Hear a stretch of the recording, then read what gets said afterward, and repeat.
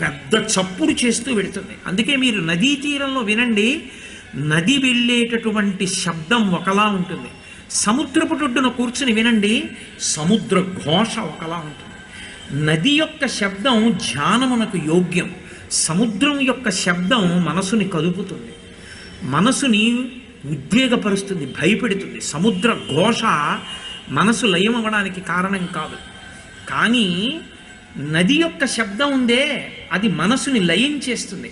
అది అంత అందంగా చప్పుడు చేస్తూ వెడుతుంది. రాళ్ల మీద బండల మీద విడినప్పుడు, సుడిగుండాలు తిరుగుతున్నప్పుడు అది ఒక రకమైనటువంటి చప్పుడు చేస్తూ వెడుతుంది. మీరు ఎక్కడైనా ప్రశాంతమైన రేవులోకి వెళ్ళి ఏకాంతంగా ఉన్నప్పుడు, జనం లేనప్పుడు కూర్చుంటే ఆ నది యొక్క కదలికల చప్పుడు వినపడుతుంది మీకు. అప్పుడు ధ్యానం చేస్తే చాలా తొందరగా మనోలయం అవుతుంది. అంత గొప్ప చప్పుడు చేస్తూ ప్రవహించే